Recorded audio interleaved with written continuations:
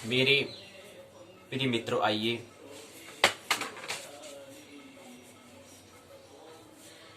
एक फरवरी 2021 भूमंच ज्योतिष पाठशाला बीजेपी प्रातः स्वाध्याय वेला दिवस 110 धन 32वां ज्योतिष के 32वें दिवस में ज्योतिष पाठ के 32वें दिवस में आइए प्रवेश करें। 2009 वर्ष 2021 के द्वितीय माह में फरवरी के माह में आइए प्रवेश करें।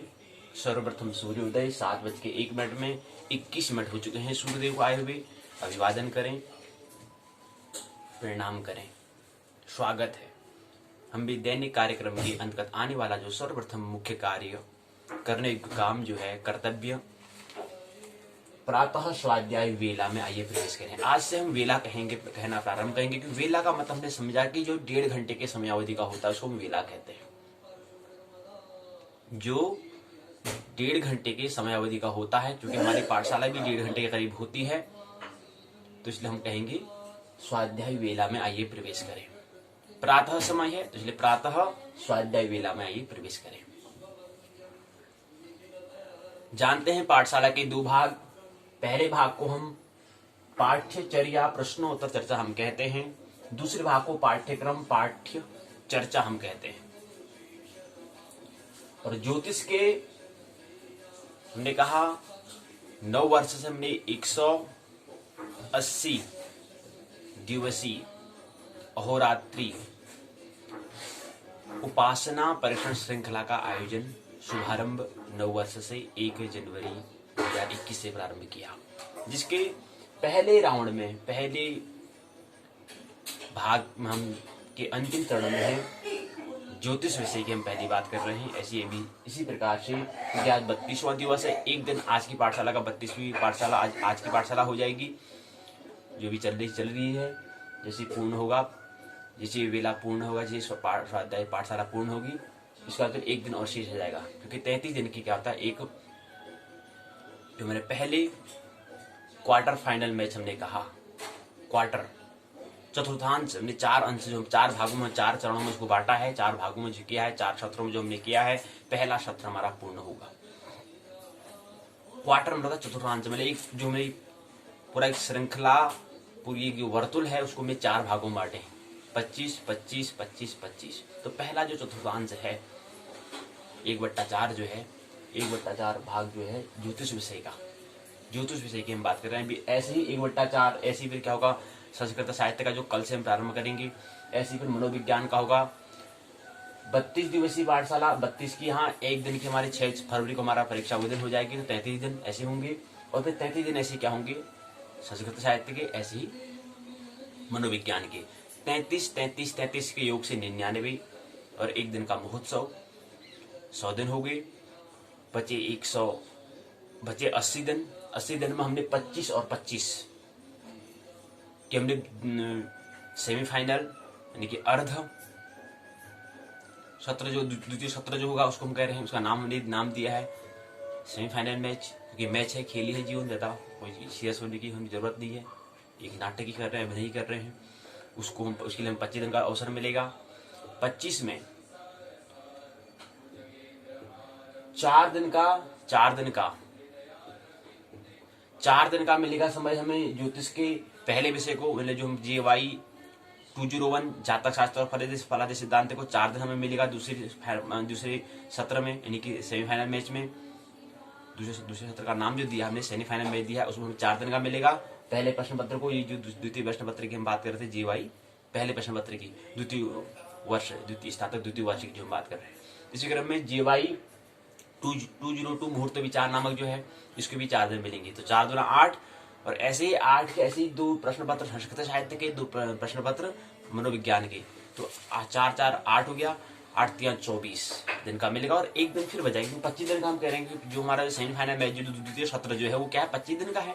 एक दिन का शेष और ज्यादा, एक दिन कुछ और उत्सव कर लेंगे या कुछ परीक्षण कर लेंगे, उत्सव कर लेंगे, उत्सव भी होना चाहिए। तो इससे 25 दिन होगी। इसी प्रकार से ठीक अगले तृतीय सत्र आएगा, क्वार्टर टू फाइनल आएगा। क्वार्टर टू फाइनल में तीसरा सत्र में जो हम 180 दिवसीय टेस्ट सीरीज की हम बात कर रहे हैं। टेस्ट सीरीज जो है, परीक्षण श्रृंखला जो है, उपासना टेस्ट सीरीज जो है, उपासना परीक्षण श्रृंखला जो नाम हमने दिया है, उसके फिर तृतीय सत्र में अर्थात क्वार्टर टू फाइनल में प्रवेश करेंगे तो वहां पर भी हमें 25 दिन का समय मिलेगा। वहां पर भी ऐसी रहेगा, 6 प्रश्न पत्र हैं। 6 प्रश्न पत्र, एक को 4 दिन मिलेगा, दूसरे को भी 4 दिन मिलेगा, तीसरे को भी 4 दिन मिलेगा, चौथे को भी 4 दिन मिलेगा, पांचवे को भी 4 दिन मिलेगा, छठे को भी 4 दिन मिलेगा। तो 6 को 24 दिन होंगे। एक दिन का फिर समय मिल जाएगा, एक दिन फिर महोत्सव कार्य करेंगे, उत्सव कर देंगे। जीवन में आनंद और उत्सव होना चाहिए। एक होता है गोत्र, एक होता है जाति। आनंद हमारा गोत्र, उत्सव हमारी जाति। जाति आनंद और उत्सव, गोत्र और जाति, जाति और गोत्र दो चीज होते हैं। तो गोत्र और जाति क्या है? आनंद और उत्सव हमारा। आनंद हमार जाति, उत्सव हमार गोत्र। तो कोई पूछते ना कौन सा गोत्र में जन्म लिया है, कौन सी जाति है? तो जाति क्या है? हमारे आनंद, हमारा आनंद होना ही हमारी जाति है। और गोत्र हमारा क्या है? उत्सव, महोत्सव ही हमारी क्या है? जाति है। तीसरे राउंड, तृतीय सत्र जो हम कह रहे हैं, वहां भी 25 दिन का अवसर मिलेगा। अंतिम जो सत्र, जो फाइनल मैच जो होगा, जो हम चतुर्थ सत्र कहें, एक वर्तुल का जो एक श्रृंखला का चौथा जो हिस्सा है उसको कहें, उसके लिए हमें 30 दिन का समय मिलेगा। 25, 25, 50 और फिर 30 दिन मिलेंगे तो 80 ऐसे बनते हैं। तो उसके लिए भी हमें फिर क्या करना होगा? 8 3 24, 8 3 24 और 6 दिन जो मिलेंगे वो परीक्षा का समय व्यतीत, क्योंकि 6 प्रश्न पत्रों का हमें परीक्षा भी देना है। 7 प्रश्न पत्रों की परीक्षा देंगे तो 7 दिन तो वहां चले जाएंगे, उसकी तो गणना करनी ही नहीं है। हम 6 दिन मान ले होते हैं। एक प्रश्न और होता है जो एक हमारा वैकल्पिक होता है, एक देना होता है। तो 7 प्रश्न पत्र होते हैं उत्तराखंड मुक्त विश्वविद्यालय के यूओयू के तहत जो होता है। 7 प्रश्न पत्र होते हैं, 3 विषयों के 2-2 खंड कर रखे हैं, 2-2 प्रश्न पत्र होते हैं तो 6, और एक वैकल्पिक सामान्य ज्ञान के लिए वाला सामान्य एक प्रश्न पत्र और होता है, तो 7 प्रश्न पत्र होते हैं। तो 6 दिन तो हमारे प्रश्न पत्र है, जो ज्योतिष के 2 हो गए, संस्कृत साहित्य के 2 हो गए, मनोविज्ञान के 2 हो गए, तो 2-2 प्रश्न पत्र के लिए अर्थात 6 दिन तो हमारे वहां चले जाएंगे। और बचे 24 दिन में क्या करेंगे हम? 8 3 24, 8 दिन का फिर समय मिलेगा हमें, 8 3 24। तो इस तरह से हमने कहा कि हमें समय तीसरे, द्वितीय सत्र में, तृतीय सत्र में, चतुर्थ सत्र में, सेमीफाइनल में, क्वार्टर टू फाइनल में, फाइनल में हमें समय जो मिलेगा वो 4 दिन का मिलेगा। यहाँ पर हमें 16 दूना 32, इनकी 16 दिन हमें मिला था पहले प्रश्न पत्र के पढ़ने का अध्ययन करने के लिए। दूसरे प्रश्न पत्र को भी 16 दिन का समय मिला, तो 16 दूना 32, तभी यहाँ पर 32 हो रहा है। और एक दिन क्या होगा? परीक्षा का आयोजन, जो 6 फरवरी को करेंगे। ऐसे संस्कृत साहित्य का भी करना है, ऐसे मनोविज्ञान का भी हमें करना है, ऐसे 99, एक दिन का फिर महोत्सव। 100 दिन ऐसे होते हैं। 25 दिन में कह रहे हैं, 4 दिन का समय मिलेगा।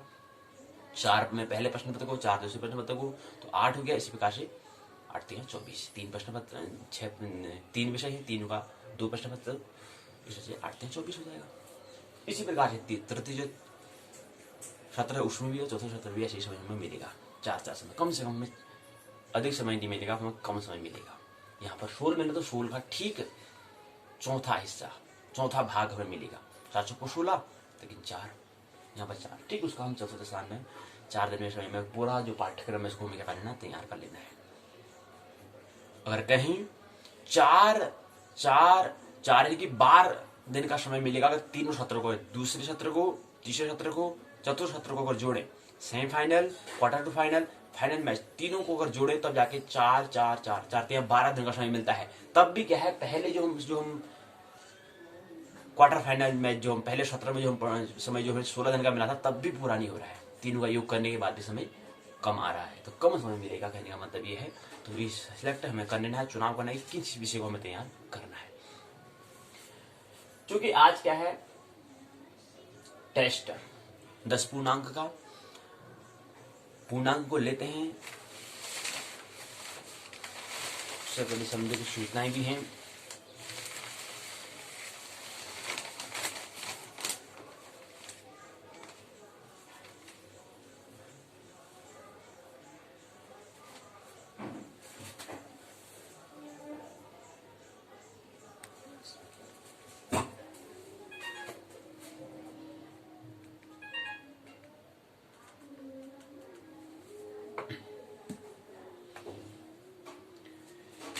उससे पहले एक दो सूचना लेते हैं, फिर हम टेस्ट को लेंगे। जीवन की पूर्णता का आधार है विवाह। वेदों में पत्नी को उत्तरदायित्वों के निर्वहन में पति का पूर्ण सहयोगी स्वीकार किया है। जीवन का पूर्णता का आधार है विवाह। वैदिक संस्कृति में जीवन की पूर्णता का मूल आधार विवाह को माना गया है। इसके बिना पूर्ण पुरुष अर्थात ब्रह्म से मिल पाने की अनुभूति को लगभग असंभव माना गया है। क्यों? क्योंकि कोई ब्रह्म कोई अलग चीज नहीं है। संसार में रहते ही संसार में जाग जाने का नाम ही क्या है? उस अनुभूति का नाम और यथार्थ का ख्याल हो जाना ही क्या है? ब्रह्म है। ब्रह्म मतलब आत्मा, ब्रह्म मतलब जो मूल, ब्रह्म मतलब जो केंद्र, ब्रह्म मतलब जो कोई परिवर्तन नहीं होता है, जो शाश्वत है, जो समय के पार है, न जन्मता है न मरता है, उसका मिल पाने की अनुभूति लगभग असंभव मानी गई है। क्यों? कि ब्रह्म की जो है परिधि में क्या है? संसार है, उसी केंद्र में ब्रह्म है। तो संसार में हम रहते हैं, तो संसार में रहकर ही अगर हम जाग जाए तो हम जाग जाना पर हम जागरण को प्राप्त कर लें, तो वही फिर ब्रह्म का जो अनुभूति अगर हम हो जाए, उस संसार में अगर हम होश में मिल जाए, कहीं जाना नहीं, कहीं जंगल जंगल हमें नहीं जाना है। बस यह है कि संसार में रहना है बिना आसक्ति के। आसक्ति नहीं, अपनी इच्छा नहीं, प्रभु की इच्छा। हमने कहा संस्कार का मतलब होता है समष्टि का ख्याल, अस्तित्व का, प्रभु का, परमात्मा का ख्याल। मैं तो केवल निमित्त मात्र हूं, करने वाला वो, उसको संस्कार कहते हैं। हमने कहा संस्कार और अहंकार दो चीज होते हैं। अहंकार और संस्कार में ही भेद है। अपना ख्याल, बस मैं ही हूं। और अहंकार का मतलब होता है केंद्र में को रखना, केंद्र में हूं। संस्कार का मतलब है केंद्र में तू अर्थात प्रभु अर्थात परमात्मा। यही संस्कार में और अहंकार में भेद है। लगभग असंभव इसलिए कह रहे हैं क्योंकि 99% अधिक से अधिक लोग क्या हैं? गृहस्थ आश्रम से ही क्या है आगे वानप्रस्थ आश्रम और संन्यास को प्राप्त कर पाते हैं। कोई एक बिरला, करोड़ों में कोई ऐसा होता है बिरला जो बिना गृहस्थ आश्रम में, बिना विवाह के बंधन में बंधे हुए क्या है उस पद को प्राप्त कर लेता है, उस लक्ष्य को, निर्वाण को, मोक्ष को प्राप्त कर लेता है। लेकिन एक बिरला, कोई एक, करोड़ों में कोई एक, कोई बुद्धत्व को जिसने जागरण कर लिया, वही एक मोक्ष का अधिकारी, कोई एक पा पाता है उसको। असंभव माना गया है। वैदिक मान्यताओं के अंतर्गत विवाह एक शारीरिक ही नहीं आध्यात्मिक व्यवस्था भी है। अब थोड़ा ख्याल रहे, थोड़ा मैंने कहा निरंतर हमें शोध करना होता है, निरंतर। क्योंकि समय का मतलब, फिर हम बात करेंगे, समय का मतलब होता है परिवर्तन। टाइम का मतलब होता है, टाइम का मतलब क्या है? जब भी हम अगर समय की बात कर रहे हैं तो इसका मतलब क्या कर रहे हैं कि परिवर्तन। और हम जो कह रहे हैं कि जो हमारे समाज, जो हमारे विवाह की जो व्यवस्था है उसमें भी परिवर्तन होना चाहिए। प्रत्येक कोई भी काम है उसमें परिवर्तन होना चाहिए। टाइम पूछ क्यों रहे हैं? समय परिवर्तन है, प्रकृति परिवर्तन है, निरंतर परिवर्तन हो रहा है। तो हम क्यों नहीं अपने मनुष्य को, अपनी आत्मा में परिवर्तन क्यों न लाए? विवाह की व्यवस्था करें तो विवाह की व्यवस्था में अधिकतर देखते हैं कि उसमें बिना प्रेम के ही विवाह हो जाता है। और उस विवाह में फिर क्या है? तलाक होते हैं। उस विवाह में फिर क्या होता है? एक दूसरों को चलाने का, एक दूसरों पर राज करने का। अब विवाह कह रहे हैं कि क्या है? ब्रह्म के लिए पूर्ण पुरुष को मिलने का एक अनुभूति उसके बिना असंभव है। लेकिन उससे पहले क्या? उससे पहले परमात्मा की जो व्यवस्था जो है, प्रेम, बिना प्रेम के विवाह नहीं। लेकिन नहीं भाई, प्रेम छोड़ो, क्या करना है? विवाह करो। प्रेम की भी हम जो बात कर रहे हैं, जो हम प्रेम कह रहे हैं, वो उस प्रेम की नहीं। प्रेम में गिरना की बात नहीं कर रहे हैं, प्रेम में होने की बात भी नहीं कर रहे हैं, प्रेम ही हो जाना। जिस दिन प्रेम ही हो जाते हैं उस दिन अगर विवाह में बंधे, जो विवाह एक सामाजिक व्यवस्था है, उस व्यवस्था में बदलें तो फिर आगे जीवन में क्या होगा। दाम्पत्य जो जीवन है, दाम्पत्य जो हम कह रहे हैं, जो गृहस्थ आश्रम जो कह रहे हैं, उसमें जीवन में निश्चित ही आनंद उत्सव आएगा। बिना प्रेम की, बिना परमात्मा की व्यवस्था को, जिसको हम प्रेम कहें, उनकी उसकी बिना अनुभूति, बिना उपलब्धि की अगर हम विवाह में बदलें तो निश्चित ही क्या होगा, दुर्घटना होगी।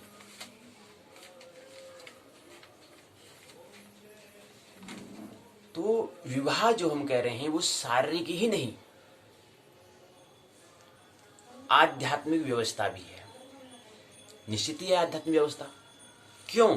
क्योंकि जिसके साथ विवाह कर रहे हैं, हमने कहा अर्धनारीश्वर का हमें ख्याल होना चाहिए। हम एक जो पुरुष है उसके अंदर स्त्री भी है और एक स्त्री उसके अंदर पुरुष भी है। तो विवाह में आध्यात्मिक दृष्टि कैसे होगी, आध्यात्मिक व्यवस्था कैसे होगी? जब हम इसका विवाह उस पुरुष का उस स्त्री के साथ, स्त्री कैसी होनी चाहिए, जो उसके अंदर में जो अर्धनारीश्वर जो स्त्री है उसका स्मरण करा दे, उसका ख्याल, उसका तस्वीर का जो काम करें, ऐसी स्त्री से अगर विवाह हो तो आध्यात्मिक तो स्वतः ही हो गया। फिर वो तस्वीर अगर विरह भी, अगर विछड़न भी हो गया तो भी कोई दिक्कत नहीं आएगी, तब भी कोई मोह नहीं होगा। क्यों? क्योंकि वो तो एक क्या तस्वीर था, लेकिन हमारे अंदर स्त्री तो पहले से थी, पुरुष तो हमारे पहले से ही था, स्त्रीणता पुरुषता दोनों है हमारे पास। तभी तो हमने कहा धर्म जो है वो क्या है, स्त्री, स्त्रीणता का ख्याल। तो जो विवाह जब कर रहे हैं, जब दोनों को बांध रहे हैं, तो उसमें जो वर है वधु ऐसा, जो वर के अंतस जो अंतस में जो जिसके अंदर में जो स्त्री है उसका वो जो वधु ख्याल दिला दे, उसका सहयोग करा दे, उससे मिलन करा दे, तो विवाह सार्थक, तो विवाह आध्यात्मिक का काम करेगा। क्यों? क्योंकि ये तो अभी मिले हैं, ये तो कुछ समय का मिलन है, फिर तो क्या बिछड़ जाएंगे। लेकिन अब जितना भी समय मिलेगा, इतने समय में अगर जो भी उनके साथ मिलन, जो भी काम करेंगे, उस काम से अगर उसके अंदर जो स्त्रीणता का अगर मिलन हो जाता है, बाद में कोई बिछड़ जाए, क्योंकि यहाँ पर तो प्रकृति में तो जिसने जो मिलेगा वो बिछड़ेगा ही बिछड़ेगा, ये तो ख्याल हमें रहना चाहिए। लेकिन जितने समय इनको मिला, उस समय में अगर हमने उसके अंदर, उस स्त्री ने, उस वधु ने, उस वर के अंदर जो स्त्री थी उसका से मुलाकात उसने कराने का काम कर दिया, एक माध्यम बन गई, तो जीव तो आध्यात्मिक बन गया, आध्यात्मिक बन गया।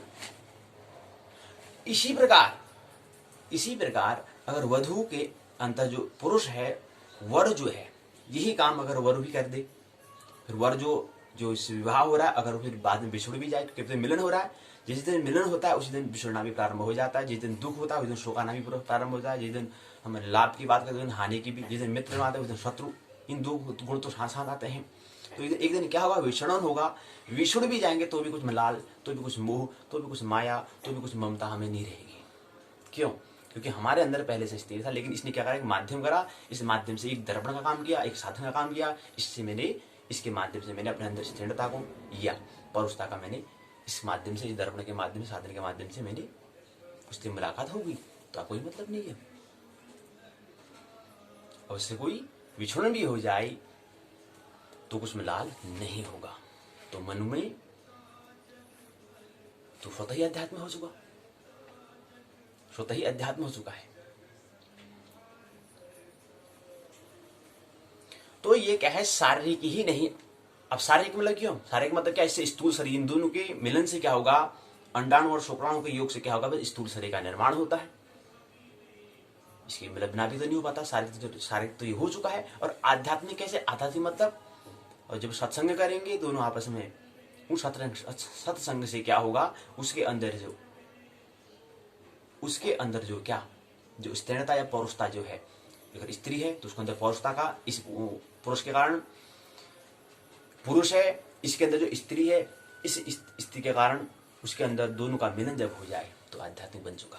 तो इसलिए तो कहा कि आधार क्या है, 90 से 99% लोग क्या है इसी गृहस्थ आश्रम में प्रवेश से ही आगे ब्रह्म जगत में प्रवेश कर सकते हैं।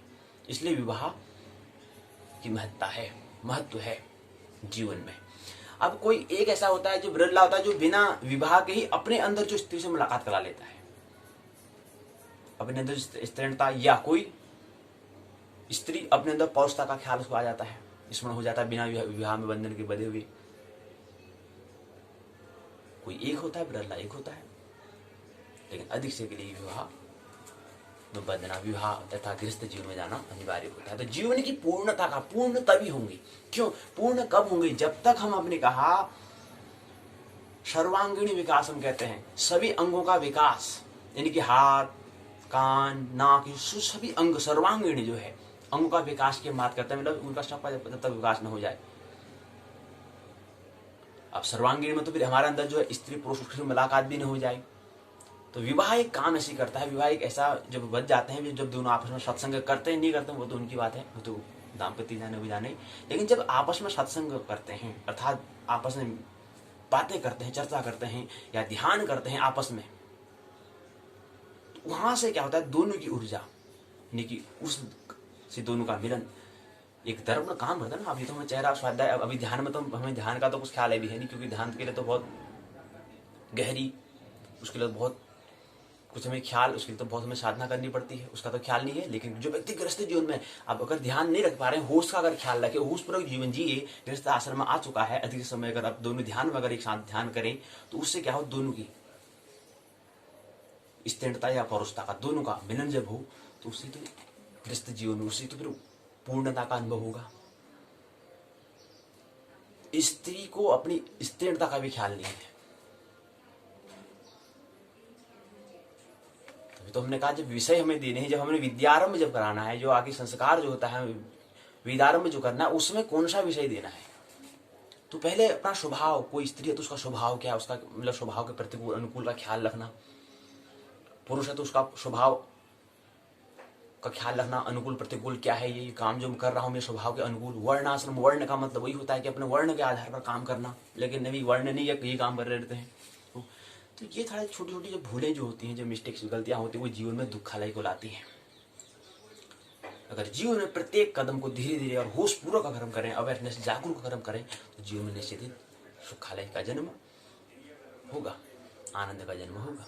लेकिन जब होश अगर हो तो जीवन की पूर्णता का आधार विवाह है। पूर्णता का मतलब हमने कहा कि अर्धनारेश्वर, हमने कहा शिव की प्रतिमा हम देखते हैं, उसमें आदि पार्वती आदि शिव, शिव और शक्ति। कहने का मतलब पूर्णत कब होंगे, हमारे अंदर शिव भी और शक्ति भी है, दोनों चीजें। और विवाह के बाद जब दोनों शिव शक्ति का मिलन एक ही देह में, एक ही शरीर में हो जाता है, एक ही देह में दोनों शिव और शक्ति का जब मिलन हो जाता है, तब जाके वो पूर्ण होता है। तो इसलिए विवाह में दोनों सत्संग ध्यान में करेंगे तो उसके बिना हो नहीं पाता भाई, उसके बिना हो नहीं सकता।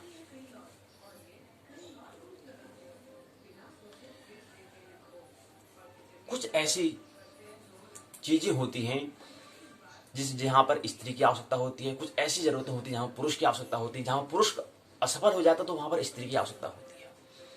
कहने का मतलब है, जैसे आचार्य श्री कहते थे मैं ध्यान करता था, तो एक दिन मैंने ध्यान किया, ध्यान करने के लिए तो हमने कहा जितने हम ऊंचे जाएंगे, जितने हम अगर पृथ्वी में अगर रहेंगे हम, तो हमारे देह क्या होगा, उतना सुडौल बनेगा, उतना मजबूत बनेगा, उतने हम हमारी स्थूल शरीर उतना निखार आता है।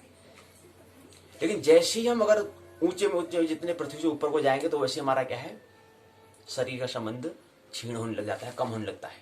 इसलिए ऋषि मनीषियों पहाड़ों में इसलिए जाते थे ताकि वहां पर जीवन, क्यों, ताकि वो क्या करे, अनुभूति का, स्थूल जगत से आगे जो सूक्ष्म जो है, जो ब्रह्म जगत आत्मा का अनुभव, अनुभूति प्राप्त करे। इसलिए वो क्या करते थे, पहाड़ों गुफाओं में जंगलों में जाया करते थे। तो ऐसे आचार्य जी बताते हैं कि एक दिन मैं वृक्ष में, मैं भी ऊंची ऊंची, अब पहाड़ कहाँ जाऊं, तो मैंने क्या करा, वृक्ष के ही ऊपर टहनी करके मैंने ध्यान करना प्रारंभ कर दिया। एकाएक क्या हुआ कि हमारे जो उसका स्थूल शरीर है जो था मेरा, वो स्थूल शरीर नीचे गिर गया, मैं ऊपर ही हूं, मैं ऊपर ही अर्थात जीवात्मा रूप में जो है। लेकिन हमारे बाकी मैं तो देख रहा हूं, ध्यान गहरी ध्यान में पहुंच गया था, पता नहीं कितने देर तक रहा, लेकिन ध्यान करते समय मैंने कहा मेरा शरीर जो स्थूल शरीर था वो नीचे गिर गया था, मैं स्थूल शरीर को देख रहा हूं, एक्सटर्नल बॉडी का अनुभव। तो अब मेरे को फिक्र होने लगी मैं कैसे अपने शरीर में अंदर आऊं। लेकिन एक जो सिर्वल कार्ड जो है, जो नाभि से जुड़ी हुई थी, मतलब बाकी तो अलग था, पड़ा था, लेकिन जो हमारी नाभि, हमने कहा ना नाभि जीवन का केंद्र और शरीर का केंद्र क्या है, नाभि है। वो केवल वो नाभि क्या है, जीवात्मा से, और यानी कि मेरा जो शरीर जीवात्मा जहाँ पर मैं था, मैं जो मैं हूँ वहां से, और जो स्थूल शरीर वहां से जुड़ा हुआ था। पता नहीं कितने देर तक समय रहा। रात सुबह जब जैसे प्रातः समय हुआ, जब वहां से स्त्री आई, स्त्री ने जब इसको जैसे छुआ, तत्क्षण में क्या हुआ, तत्क्षण में स्थूल शरीर में प्रवेश कर गया। तो इसलिए साधना में स्त्री का भी संग रखना, साथ में रखना, ये एक वैज्ञानिकता थी। जिस दिन हम अपने शरीर से, जो स्थूल शरीर है उससे बाहर अगर चले जाते हैं, हमारे सूक्ष्म शरीर बाहर आ जाता है, उसको लाने के लिए फिर स्त्री की आवश्यकता होती है। क्योंकि वो जो स्त्री जो है, जो मैग्नेटिक फील्ड जो है, चुंबकीय क्षेत्र जो हमें रुक जा रहा है, वो उसके बिना उससे पात्र उस स्त्री की ऊर्जा से ही पूर्ण होता है। उस स्त्री के ऊर्जा से, उसकी चुंबकत्व से ही क्या है, मैग्नेटिक फील्ड से ही क्या है, पूर्ण होता है, वो सर्किट पूरा होता है, वो पाथ पूरा होता है। तो जीवन की पूर्णता का आधार विवाह कहने से नहीं, उसकी वैज्ञानिकता है, पढ़ने से नहीं है उसकी पूर्णता। अनुभव देखें तो अगर कोई अपने स्थूल शरीर से अगर बाहर आ गया है तो उसको वापस वहीं अगर ले जाना है तो वहां पर स्त्री की आवश्यकता होती है। और ऐसी स्त्री में होगा, अगर स्त्री ध्यान में अगर प्रवेश कर जाए, अपने जो स्थूल शरीर से अगर बाहर आ जाए, तो उसको वापस अगर स्थूल शरीर के अंदर जाना है तो उसके लिए फिर पुरुष की आवश्यकता होगी, क्योंकि पुरुष उस बात को पूरा करता है। तो कुछ ऐसा ही जीवन हम कह रहे हैं, जो विवाह का जो पूर्णता का आधार है। एक आधार, पूर्णता का आधार एक ये भी है, और एक विवाह में फिर आगे ध्यान करेंगे तो वहां पर जो हमारा अंदर, जो हमारे स्त्री पुरुष जो है, दोनों अर्धनारेश्वर में हमारे अंदर स्त्री भी है, पुरुष भी है। अगर पुरुष है तो उसके अंदर बाहर पुरुष है, अंदर स्त्री है। और कोई स्त्री है तो उसका बाहर का शरीर स्त्री है, अंदर पौरुष है, अंदर पुरुष है। तो ये विवाह के माध्यम से क्या है, दोनों से मुलाकात, पूर्णता होती है। इसलिए जीवन का आधार, पूर्णता का आधार विवाह है। लेकिन विवाह को कहाँ, एक दूसरे को चलाओ, बच्चे पैदा कर लो, बस इसी में रहो, बनाओ, दूसरे को चलाओ, उसको किसी को नौकर बनाओ, करो। लेकिन दूसरा विवाह के लिए महत्वपूर्ण है प्रेम, अर्थात परमात्मा की जो व्यवस्था, जो मैनेजमेंट है, उसका पहले ख्याल। अब इसको ख्याल में लाने के लिए क्या करना पड़ेगा, इसमें ख्याल को लाने के लिए पहले संस्कार का बीज बोना पड़ेगा। संस्कार का मतलब था कि जो समष्टि का ख्याल, उसका देना पड़ेगा। फिर बाद में अहंकार का जन्म हो जाएगा, फिर वही अहंकार पे क्या है, आगे गृहस्थाश्रम में प्रवेश करेंगे तो दोनों को राज करने का हम प्रयास करेंगे। तो फिर जीवन क्या है, गृहस्थ दाम्पत्य जीवन हम देखे पता ही है, तलाक होते हैं, परेशान होते हैं, कहाँ पड़ गए। वो दुर्घटना कब होती है, जब हमें इन चीजों का ख्याल अगर नहीं होता तो कहा बिना पूर्ण पुरुष अर्थात ब्रह्म से मिल पाने की अनुभूति को लगभग असंभव माना गया है। निश्चित ही असंभव, लगभग निश्चित ही असंभव इसलिए माना है क्योंकि अधिक से अधिक लोग इसी मार्ग से जाकर ब्रह्म को प्राप्त कर पाते हैं।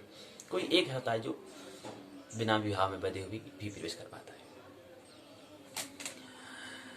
कि कोई आवश्यकता नहीं है, आवश्यकता नहीं है, क्योंकि पूर्ण हो चुका है।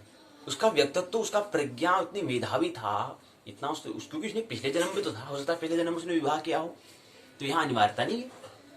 विकास में ये होता है, विकास की कड़ी जो है, जरूरी नहीं कि हर बार विवाह ही करें। हो सकता है पिछले बार ने विवाह किया तो इस जन्म में विवाह करने की कोई आवश्यकता नहीं है। विवाह तो हम तो आगे अपने आप को विकसित करने की स्थिति में है, आगे हम यात्रा कर रहे हैं।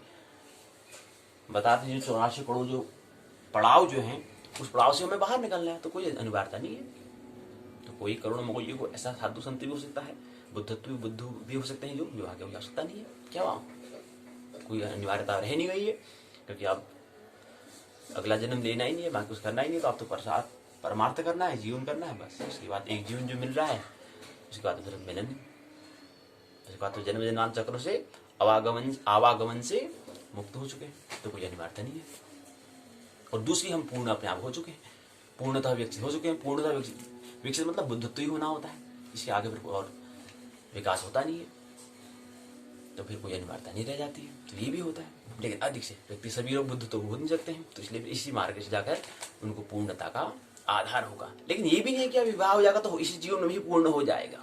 वो तो उसकी त्वरा पर, उसकी तीव्रता पर, वो कितना तीव्रता, कितना उसकी ब्रह्म जगत को जानने की जिज्ञासा है, लगन है, उस पर निर्भर करेगा।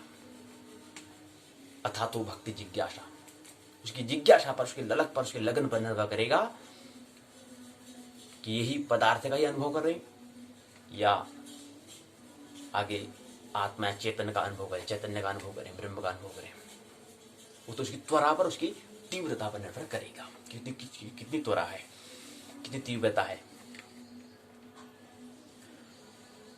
तो हमने कहा कि वैदिक मान्यताओं के अंतर्गत विवाह एक शारीरिक ही नहीं होता है, मतलब सारी बात शारीरिक मतलब स्थूल शरीर, मतलब बच्चों का निर्माण करना वही नहीं होता, बल्कि क्या है, आध्यात्मिक।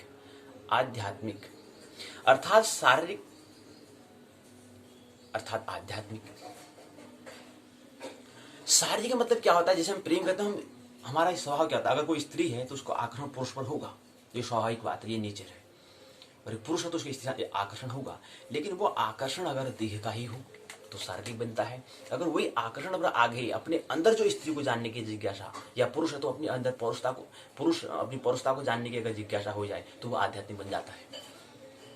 लेकिन नहीं, शादी करना बस केवल शरीर से मिलना, बस ठीक है, शारीरिक जरूरत पूरी करनी है, इसलिए मेरे को करना है, इसलिए मैं विवाह बनना है, तो फिर जीवन आध्यात्मिक नहीं रह जाता। लेकिन आध्यात्मिक है तो दृष्टि पर निर्भर करेगा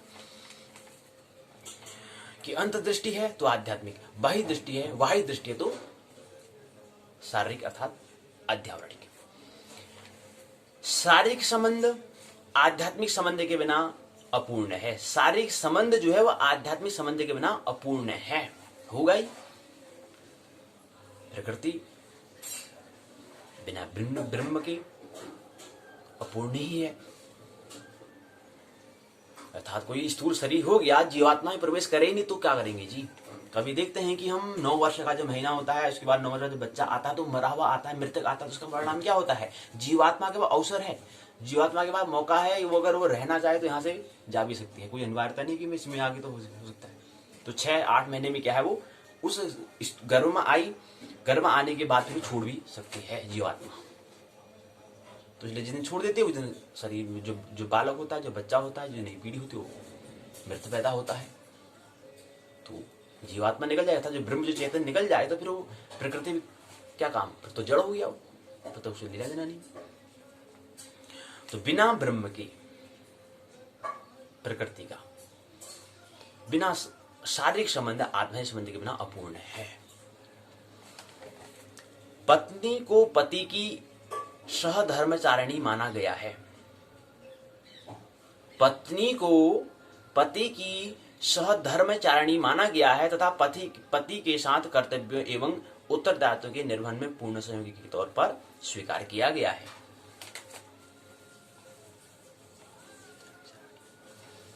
साथ में धर्म के आचरण वाली माना गया है पत्नी को। तो इसलिए जो भी धार्मिक जो भी हम काम करते हैं उसमें स्त्री की भी आवश्यकता होती है, उसके बिना वो पूर्ण नहीं होता है, उसका काम पूर्ण नहीं होता है।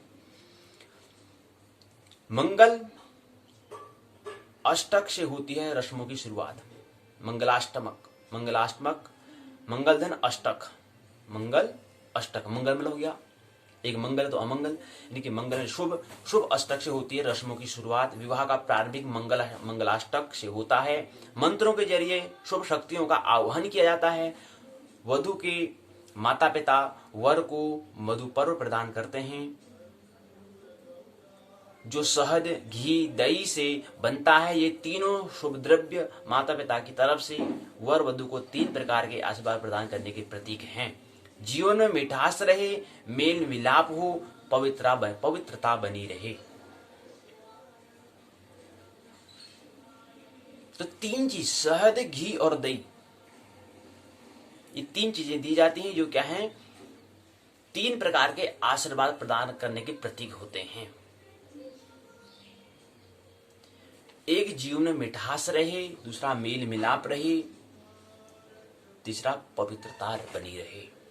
दायित्वों का पाणी ग्रहण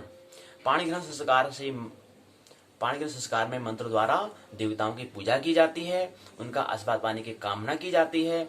वधु के माता पिता अपनी कन्या का हाथ वर के हाथ में देते हुए उससे कहते हैं कि वे हमेशा ईश्वर को याद करते हुए अपने मन को पवित्र एवं स्थिर रखे तथा सुखी जीवन जिए। इसको हम दायित्व का पाणी ग्रहण कहते हैं, पाणी ग्रहण संस्कार कहते हैं। संस्कार का मतलब समष्टि का ख्याल। तो एक सूचना हमने ये देने का प्रयास किया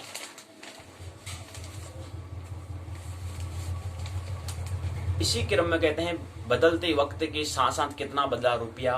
सन 1540 से 1545 के बीच चांदी का सिक्का सबसे पहले शेर शाह सूरी द्वारा जारी किया गया था, जो मुगल काल, मराठा युग और ब्रिटिश शासन के दौरान उपयोग में रहा। 1770 से 1832 के बीच शुरुआती कागज के उपयोगी बैंक ऑफ हिंदुस्तान, 1770 से 1832 जनरल बैंक ऑफ बंगाल और बिहार, 1773 से 1775 और बंगाल बैंक 1784 1791 तक द्वारा जारी किए गए थे। जनवरी 1938 में 5 रुपए का पहला नोट रिजर्व बैंक द्वारा जारी किया गया। फरवरी से जून 1938 के बीच 10 रुपए का और 100 रुपए के नोट जारी किए गए थे। अगस्त 1940 में 1 रुपए के नोट फिर से तैयार किए गए। 2 आने और 8 आने के बाद 1 रुपए को पहली बार 30 नवंबर 1917 को पेश किया गया था, लेकिन 1 जनवरी 1926 को बंद कर दिया गया। मार्च 1943 में 2 रुपए का नोट पहली बार जारी किया गया। सन 1950 में स्वतंत्रता के बाद पहली बार 1 पैसा, 2 पैसे, 1 आना, 2 आने के सिक्के निकाले गए और 1 रुपए का नोट बंद कर दिया गया। सन 1953 में हिंदी भाषा को नए नोट पर प्रमुख रूप से प्रदर्शित किया गया और 1954 में रुपया का बहुवचन रुपये करने का फैसला किया गया।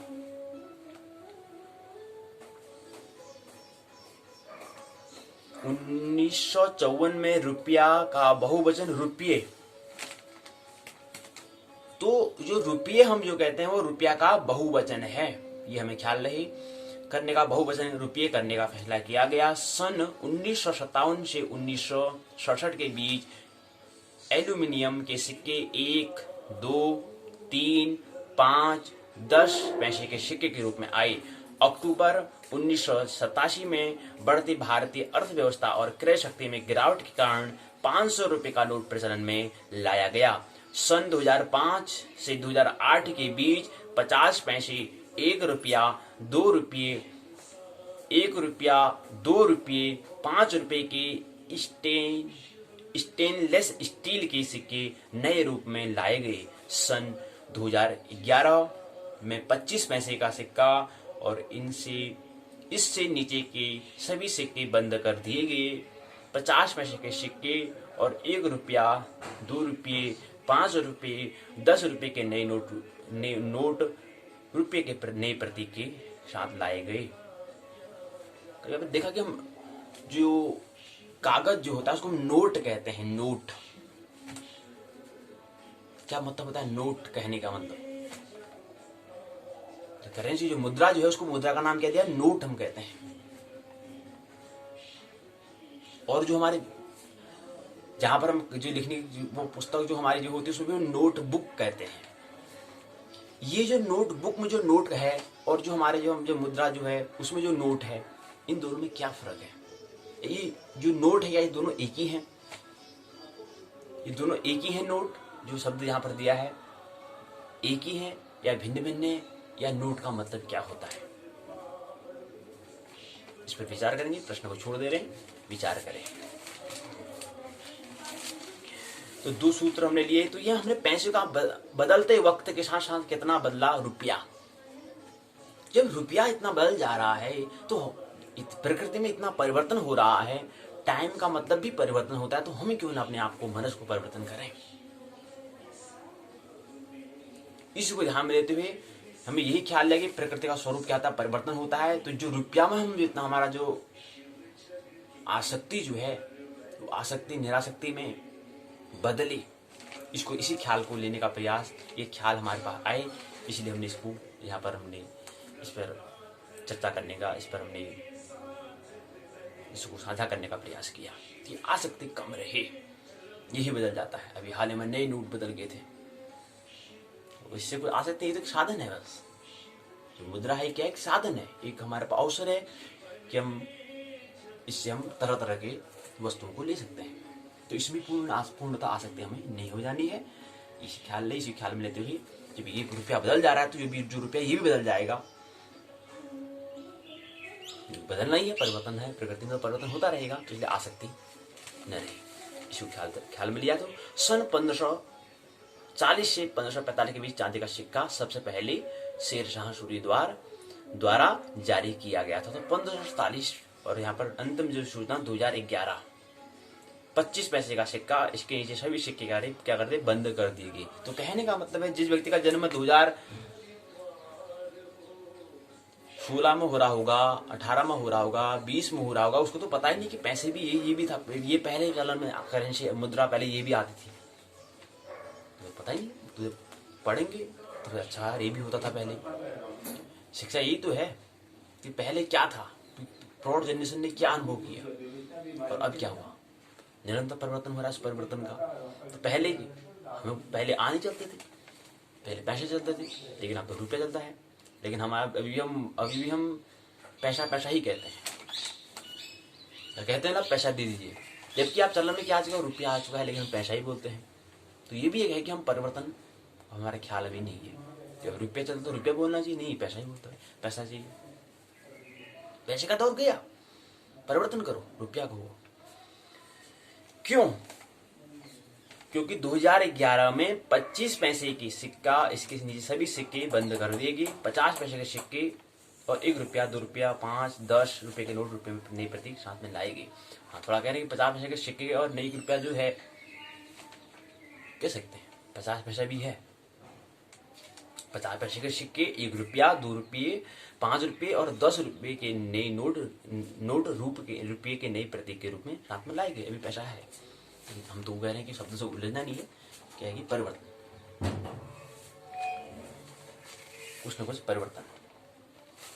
7 साल में पूरा शरीर बदल जाता है, पूरा शरीर बदल जाता है। निरंतर तो बदल ही रहा है, लेकिन 7 साल में पूर्णतः शरीर बदल जाता है। 7 साल में जो बच्चा है उस आगे 14 साल में उसका पूरा शरीर बदल जाएगा।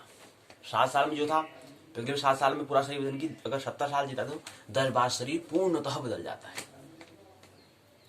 लेकिन क्या हमारा मन परिवर्तन होता है? नहीं होता है। जब प्रकृति में स्थूल शरीर इतना परिवर्तन हो रहा है, निरंतर तो परिवर्तन हो ही रहा है, लेकिन 70 साल में 10 बार शरीर पूर्णतः बदल जाता है, यानी कि 10 शरीर अलग से हो जाते हैं। इतना परिवर्तन प्रकृति में होता है, तो क्यों ना हम अपने मनुष्य को परिवर्तन करें, तरल बनाएं, उसमें परिवर्तन लाएं।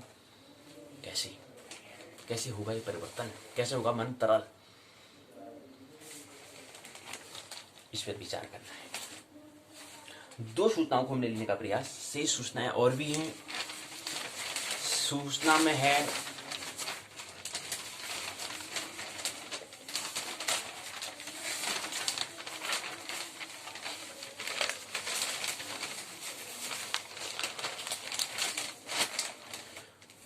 भारत सरकार द्वारा शुरू किए गए प्रधानमंत्री गरीब कल्याण अभियान ने आत्मनिर्भर उत्तर प्रदेश रोजगार कार्यक्रम की प्रेरणा दी है। यानी केंद्र सरकार की योजना को योगी जी की सरकार ने गुणात्मक, संख्यात्मक दोनों ही तरीकों से विस्तार दिया है।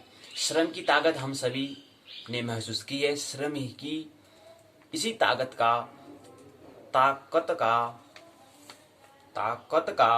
आधार बना है। भारत सरकार द्वारा शुरू किया गया गरीब कल्याण रोजगार अभियान आज यह शक्ति आत्मनिर्भर उत्तर प्रदेश रोजगार अभियान को प्रेरणा दे रही है। प्रधानमंत्री नरेंद्र मोदी मिशन रोजगार जागरूकता अभियान, युवाओं के साथ योगी सरकार, 4 लाख युवाओं को सरकारी नौकरी देने का रिकॉर्ड है। MSME के जरिए रोजगार देने में टॉप 5 में उत्तर प्रदेश। आत्मनिर्भर उत्तर प्रदेश रोजगार कार्यक्रम के अंतर्गत 1.25 करोड़ यानी कि 1,25,00,000 लोगों को रोजगार, 40 लाख महिलाओं ने स्वयं सहायता समूह में जुड़कर पाया काम। मनरेगा में 35 करोड़ से अधिक मानव दिवस सृजित। राज्य सरकार युवाओं को रोजगार के अधिक से अधिक अवसर उपलब्ध कराने के लिए कृत संकल्पित है। राज्य के युवाओं को उत्तर प्रदेश कौशल विकास मिशन के अंतर्गत फिर शिक्षित कर राज्य में ही बेहतर रोजगार उपलब्ध कराने की दिशा में कार्य किया जा रहा है। उद्योगों को प्रोत्साहन देने की प्रदेश सरकार की नीति के चलते औद्योगिकीकरण के एक नए युग की शुरुआत हुई है। यह प्रयास न केवल प्रदेश में विकास की संभावना को आगे रहा है बल्कि युवाओं के लिए व्यापक पैमाने पर रोजगार के अवसर भी पैदा कर रहा है। ODOP के माध्यम से सभी 75 जनपद 75 जनपदों के प्रमुख उत्पादों को प्रोत्साहित करके रोजगार देने की सिलसिला शुरू किया गया है। सिलसिला शुरू किया गया है। बड़े पैमाने पर रोजगार पैदा करने के एक और कदम के रूप में प्रदेश सरकार ने मिशन रोजगार की शुरुआत की है। इसके अंतर्गत विभिन्न विभागों, संस्थाओं एवं निगमों आदि के समन्वित प्रयास से प्रदेश के नौजवानों को रोजगार के 50 लाख अवसर उपलब्ध कराए जाएंगे, जिससे उनकी ऊर्जा कौशलता का प्रदेश के विकास के लिए पूर्णतः उपयोग किया जा सके। योगी आदित्यनाथ, मुख्यमंत्री उत्तर प्रदेश। मिशन रोजगार निष्पक्ष एवं पारदर्शी प्रक्रिया के तहत 3 साल 10 माह में लगभग 4 लाख युवाओं को सरकारी नौकरी। पुलिस विभाग में 1,37,253 बेसिक आधारिक शिक्षा, बेसिक शिक्षा या प्रारंभिक शिक्षा में 1,21,000, राष्ट्रीय स्वास्थ्य मिशन में 28,622, यूपी लोक सेवा आयोग में 27,168, उत्तर प्रदेश अधीनस्थ चयन बोर्ड 19,917, चिकित्सा स्वास्थ्य एवं परिवार कल्याण 8,556, माध्यमिक शिक्षा विभाग 14,436,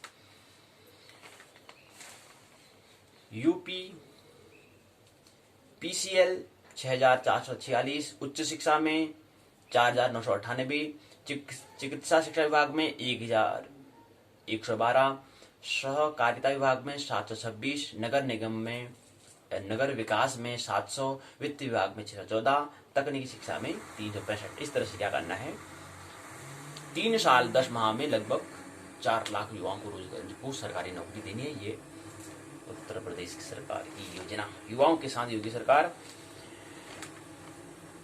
11,27,706 इकाइयों को 31,9 हजार करोड़ रुपए का ऋण वितरित। पहले से क्रियाशील 4,37,476 इकाइयों को 11,10 हजार करोड़ रुपए का ऋण वितरित। वर्ष 2021 में 20 लाख इकाइयों को ऋण दिए जाने की व्यवस्था। वर्ष 2021 में MSME इकाइयों के माध्यम से 50 लाख लोगों को रोजगार उपलब्ध कराने का लक्ष्य। फिल्म सिटी नोएडा में बनने वाली फिल्म सिटी में होगा 20,000 करोड़ रुपए का निवेश। 1 लाख से अधिक लोगों को सीधे मिलेगा रोजगार। यमुना एक्सप्रेसवे के किनारे MSME पार्क, इलेक्ट्रॉनिक्स पार्क, खिलौना पार्क, टेक्सटाइल पार्क और हस्तशिल्प पार्क के निर्माण में होगा 40,000 करोड़ रुपए का निवेश। 3 लाख लोगों को रोजगार मिलने की संभावना।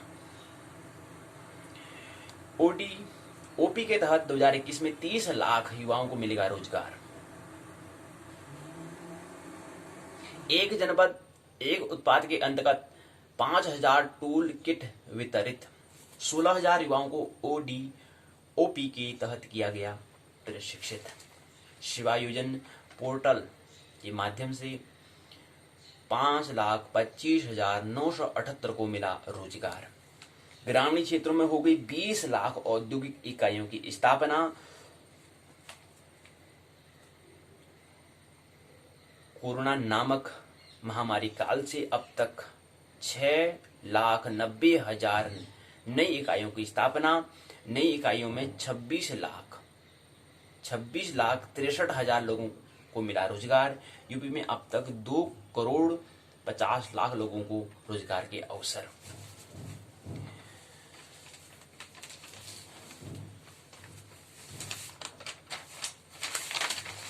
इसी क्रम में वही विस्तार से यहाँ बताने का प्रयास किया गया है।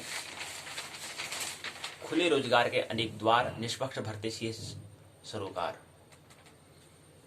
रोजगार और स्वरोजगार की मुहिम। 5 लाख पदों पर भर्ती के लिए तेजी से कार्य। निवेश से बदला परिवेश। लोगों को अपने पैरों पर खड़ा होने की व्यवस्था की। सरकारी नौकरी देने में यूपी उत्तर प्रदेश अव्वल यानी कि प्रथम, अग्रण्य है, अग्रण्य अव्वल। 2.5 करोड़ लोगों को रोजगार के अवसर। अब तक 1 करोड़ 50 लाख युवाओं को MSME से स्वरोजगार मिला। एक बार फिर नौकरी का रिकॉर्ड बनाने को तैयार योगी सरकार। स्टार्टअप लाएंगे 1,50,000 रोजगार। प्रदेश में 10,000 स्टार्टअप की राह आसान। 50,000 को प्रत्यक्ष और 1 लाख लोगों को अप्रत्यक्ष रूप से रोजगार।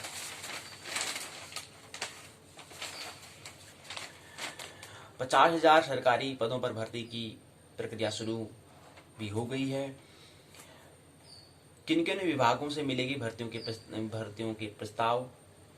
इस वर्ष ग्रामीण क्षेत्रों में 20 लाख औद्योगिक इकाइयों की स्थापना की जाएगी। इससे लाखों ग्रामीण बेरोजगारों को अपने घर के पास ही रोजगार के अवसर मिलेंगे। उन्हें रोजगार के लिए शहरों की ओर भागना नहीं पड़ेगा।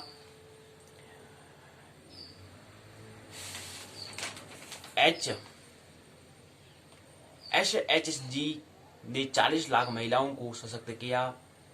दिए 446 करोड़ रुपए। ग्राम विकास पर जोर। शिवा योजना पोर्टल से 5,26,000 को रोजगार। निजी क्षेत्र में भी नौकरियां। 6.9 लाख नई MSME इकाइयों में 26 लाख को मिला रोजगार। 1 करोड़ 4 लाख से ज्यादा श्रमिकों को मनरेगा में मिलेगा काम। रोजगार देने में यूपी 5वें पायदान पर। पंजीकरण होने से बदलेगा 20 लाख श्रमिकों का जीवन। मनरेगा में पारदर्शिता। लाभार्थियों की कहानी उन्हीं की जुबानी में उनकी वाणी में। Defence industrial corridor. रक्षा आत्मनिर्भरता संघ पैदा होंगी। 20 लाख रोजगार। 4 जिले में 1,346 हेक्टेयर भूमि पर काम शुरू। 50,000 करोड़ रुपए से अधिक का होगा निवेश। महामारी काल में भी यूपी सरकार पर, उत्तर प्रदेश सरकार पर कायम रहा निवेशकों का भरोसा। एक्सप्रेस वे से भी रोजगार। टूल किट मिलने के बाद बढ़ गया कारोबार। एक्सप्रेस वे से मिला काम तो दूर हुई किल्लतें।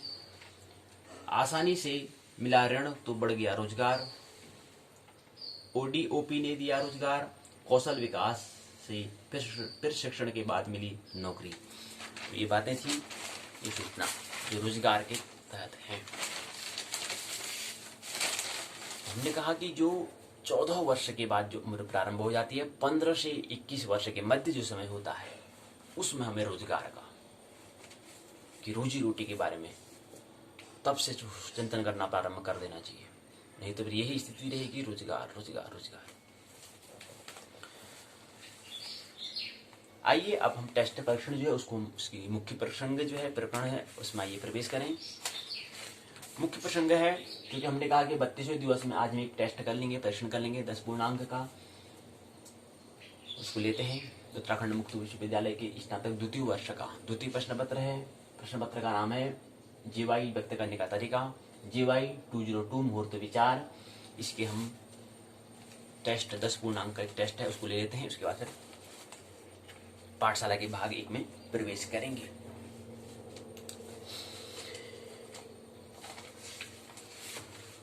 सात प्रश्नों पर हम चर्चा करेंगे।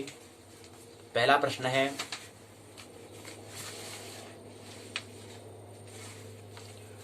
टेस्ट जो है 10 पूर्णांक का 2 खंडों में अति लघु और लघु में होगा। अति लघु में 4 प्रश्न है जो अनिवार्य हैं, करने ही करने हैं। अब तो फिलहाल हमने अनिवार्य बना रखा है, अगली बार हम विकल्प कर सकते हैं। अभी तो हम यहाँ पर जो अति लघु होगा उसमें 4 विकल्प पूरा करेंगे। दूसरा जो अति लघु में 4 के 4 हमें सभी प्रश्न अनिवार्य होंगे। दूसरे जो खंड है उसमें हम 5 प्रश्न करेंगे। अभी तो हमने 3 ही करे हैं। अगले खंड में हम 5 प्रश्न करेंगे, 5 में 3 हमें करने होते हैं। 5 में से किन्हीं तीनों का सवालों का हमें जवाब देना है। अभी फिलहाल हमने ऐसी व्यवस्था नहीं की, अगली बार जो हमारा टेस्ट होगा, जो प्रश्न होगा, उसमें हम ये योजना बनाएंगे कि इसमें 5 प्रश्न करेंगे लघु उत्तरी में। लघु जो दूसरा खंड जो टेस्ट का जो दूसरा खंड है उसमें 5 प्रश्न रखेंगे, 5 में से 3 का हमें उत्तर देना है। अभी 3 प्रश्न रखे तो 3 का उत्तर हमें देना है। तो अभी कहने का मतलब है अति लघु पहला खंड, दूसरा खंड लघु में जो भी प्रश्न है वो सभी प्रश्न हमें देने हैं, प्रश्न का जवाब हमें देना है। पूर्णांक 10 है। प्रश्न पहले खंड में 4 प्रश्न है, दूसरे खंड में 3 प्रश्न है। आइए पहले अति लघु को लेते हैं। पहला प्रश्न है मुहूर्त कितने होते हैं एक अहोरात्र में? मुहूर्त मुंह उरट प्रत्यय, मुंह धातु उरट प्रत्यय के योग से मुहूर्त बनता है। कितने होते हैं और मुहूर्त का मतलब होता है, हमने कहा समय का एक हिस्सा, समय का ऐसा समय का हिस्सा जिसका जो समयावधि जो हो 48 मिनट की समयावधि को हो, ऐसी समयावधि को हम मुहूर्त कहते हैं। तो 48 मिनट के हिसाब से अगर हम गुणा, और पूरे एक अहोरात्र में कितने मिनट होते हैं, क्योंकि हम कह रहे हैं मुहूर्त क्या होता है 48 मिनट का 48 मिनट का होता है, 48 मिनट का यानी कि 2 घड़ी के बराबर होता है। 2 घड़ी के बराबर, एक घड़ी 24 मिनट की होती है, दूसरी घड़ी क्या होती है, घड़ी जो होती है वो 24 मिनट की होती है, यानी कि 2 का योग करते हैं तो 2 घड़ी 48 मिनट की होती है। तो 48 मिनट का मुहूर्त का समय होता है, ऐसा समय जो 48 मिनट का हो। तो इस हिसाब से एक अहोरात्र में कितने मिनट होते हैं, कभी विचार किया? विचार करो, 24 घंटे को होते हैं, गुणा 60 से गुणा करो तो कितना आएगा, 1440 आएगा। 1440 मिनट होते हैं। अब 1440 को अगर हम 48 से भागा देते हैं, इसको तोड़ें, क्या मतलब होता है 1440 को 48 से भागा दो, मतलब 48 हिस्से करो उसके। 1440 जो है उसको 1440 जो है उसको हिस्से करते हैं 48 मिनट से, क्योंकि दोनों मिनट में है। तो कितने हिस्से होंगे इसके? 48 को कितनी बार जोड़ें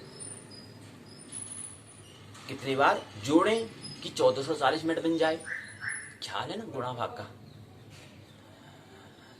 पहले होता है घटाना, पहले होता है जोड़, दूसरा होता है घटाना। फिर जोड़ का ही दीर्घ रूप होता है गुणा, और घटाना का ही दीर्घ रूप होता है भाग। 4 चीज हम करते हैं, जोड़, घटाना, गुणा, भाग। तो कह रहे हैं कि इसका जो हम 1440 मिनट जो एक अहोरात्र में, एक दिन रात में होते हैं, एक दिवस में जो होते हैं, उसको हम क्या करेंगे 48 मिनट से भागा देंगे। तो 48 मिनट से जब भागा दिया तो कितना आएगा, 30 आता है। तो यहां पर विकल्प दिया है कि 28 होते हैं, 30 होते हैं, 31 होते हैं, 29 होते हैं। तो खुद गुणा कर लो, हमने 48 से भाग दिया तो 30 आएगा। तो इसमें क्या है, मुहूर्त 30 होते हैं। तो पहला प्रश्न का जो विकल्प है, कौन सा विकल्प है, दूसरा विकल्प हम टिक कर देंगे। दूसरा है विवाह कौन सा संस्कार है? विवाह कौन सा संस्कार है? पहला है 15वां है, दूसरा है 10वां है, तीसरा है 13वां होता है, चौथा है 7वां होता है। कौन सा होता है? अब हमारी दृष्टि में अगर कहें तो इस प्रश्न में थोड़ा परिवर्तन करना पड़ेगा, विकल्प एक और रख देंगे, 14वां भी एक विकल्प दे देते हैं। तो बताओ कौन सा होता है? विवाह कौन सा संस्कार है? 15वां, 10वां, 13वां, 14वां? 14वां संस्कार है।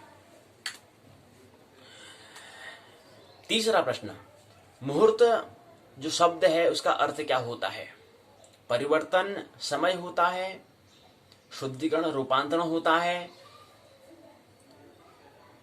या तीसरा पहले और दूसरा दोनों होता है, या कोई नहीं? मुहूर्त का जो शब्द है उसका अर्थ होता है तीसरा विकल्प, पहला दूसरा दोनों होता है, परिवर्तन भी होता है और समय भी होता है, शुद्धिकरण और रूपांतर दोनों होते हैं, यानी कि पहला और दूसरा विकल्प दोनों, अर्थात तीसरे नंबर का जो विकल्प उस पर हम टिक करेंगे। परिवर्तन, समय, शुद्धिकरण, रूपांतरण, अर्थात तीसरा जो उसमें दिया है, पहला दूसरा दोनों है। चौथा प्रश्न है, शकुन का अर्थ होता है शुभ होता है, अशुभ होता है, संकेत होता है, अनुकूल संकेत होता है। तो इसमें चौथा विकल्प है अनुकूल संकेत, उस पर हम टिक कर देंगे, उसको चुनाव करेंगे। इसी क्रम में 4 प्रश्न हो चुके हैं, एक प्रश्न अंक के हैं। तो मूल्यांकन अगर हम करते हैं 4 में से